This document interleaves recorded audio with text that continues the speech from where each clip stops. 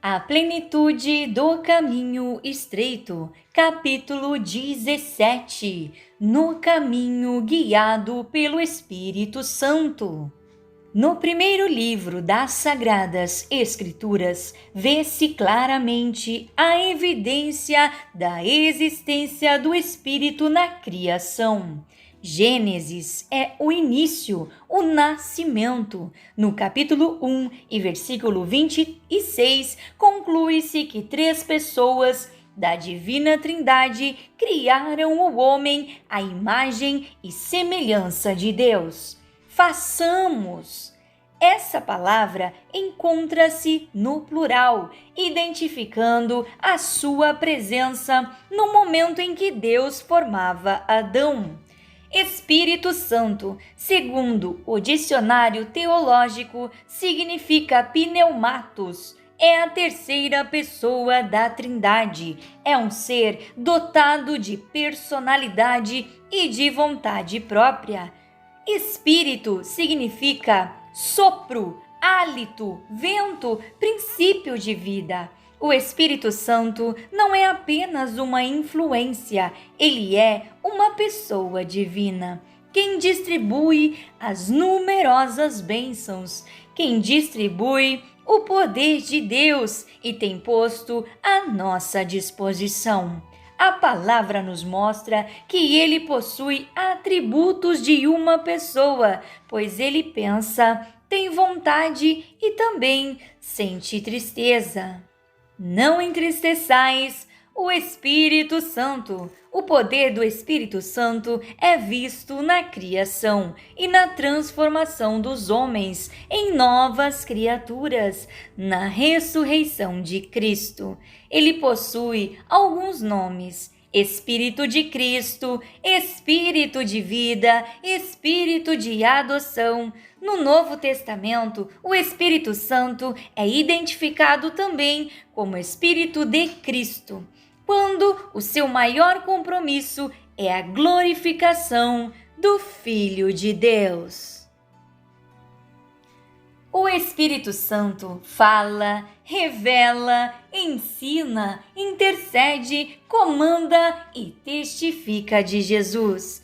E a terra era sem forma e vazia, e havia trevas sobre a face do abismo, e o Espírito de Deus se movia sobre as águas. Movia-se significa o mover do Espírito Santo e o começo da vida. Precisamos ter o Espírito Santo em nossas vidas como um amigo, pois é ele que irá adornar a igreja como a noiva de Cristo. Por isso, precisamos conhecê-lo.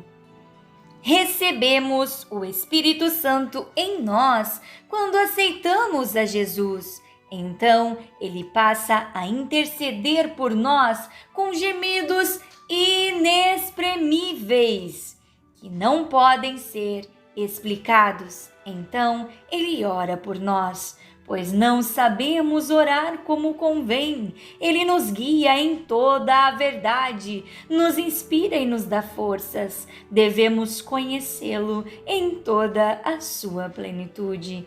Desde o dia de Pentecostes, o Espírito Santo tem exercido uma atividade fora do comum. Ele é um sinal da volta de Jesus. Ele é o outro Consolador, enviado pelo Pai para substituir a Cristo. Nós, cristãos, entendemos que blasfemar contra o Espírito é um pecado sem perdão. Ele é eterno, onipresente, onisciente. O Espírito Santo tem o seu fruto no crente: amor, paz, longanimidade, benignidade, bondade, fidelidade, mansidão e o domínio próprio. Essas são as suas 9 virtudes. Quando alguém está faminto de Deus e se entrega de todo o coração, pode então ser visitado por ele. No dia de Pentecostes, Pedro pregou com tal poder que cerca de 3.000 almas se converteram. Naquele dia foram batizadas com o Espírito Santo e, por intermédio do profeta Joel, Deus prometeu o derramamento. Derramarei do meu espírito sobre toda a carne. Joel, capítulo 2, versículo 28 e 29.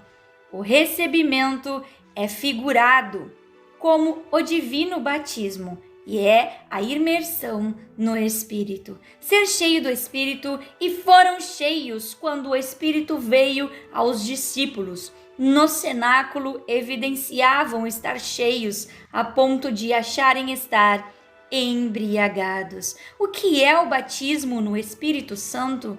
É quando o Espírito vem sobre o crente, enchendo-o plenamente, tornando-o propriedade exclusiva de Deus. A evidência do batismo são as novas línguas, as línguas estranhas, e ele possui os seus dons, a revelação, a sabedoria, o conhecimento, o discernimento, os dons da fé, dons de curar, dom de profecia e dons de interpretações de línguas. Ele possui os seus símbolos: fogo, vento, água, óleo, selo e pomba. Jesus se preocupava tanto com os seus filhos que preparou tudo para ele quando ele fosse para o Pai. Não os deixasse órfãos e abandonados. E eu rogarei ao Pai, e ele vos dará outro Consolador, para que fique convosco para sempre.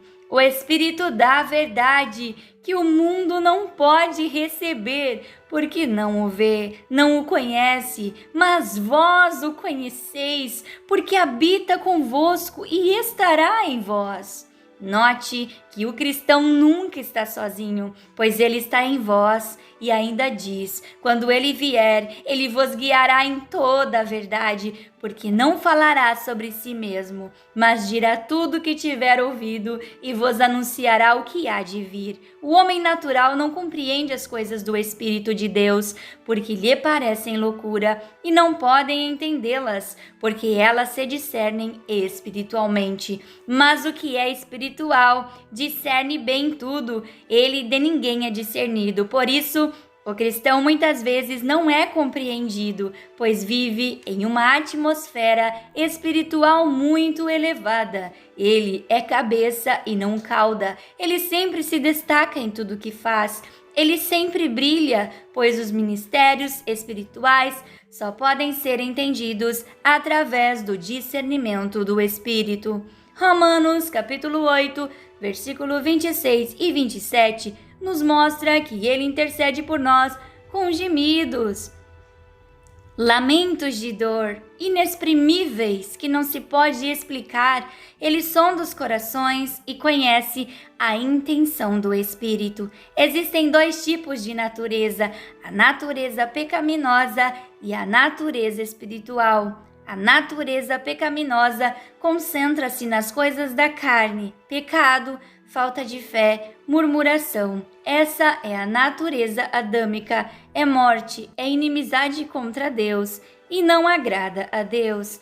A natureza espiritual são as coisas do Espírito, é vida, é paz, é Cristo vivendo em nós e Ele nos vivificando. O fruto do Espírito é o resultado de sua presença no crente. Quando deixamos que o Espírito nos guie e nos dirija no caminho de Deus, então se revela nas nossas atitudes e ações o seu fruto. O cristão que desfruta do fruto é bondoso, ama o próximo, tem paz, pensa antes de agir, afasta a fúria no momento da injustiça, imita a vontade de Deus, é manso e domina os seus próprios desejos. O Espírito Santo consola, vivifica, intercede, direciona, fala, ressuscita, convence, revela. Ele convence o homem do pecado, da justiça e do juízo. Você acabou de ouvir a primeira parte do capítulo Guiados pelo Espírito Santo. Você não pode perder as próximas páginas. Vamos entender e conhecer mais profundo o que é o Espírito Santo.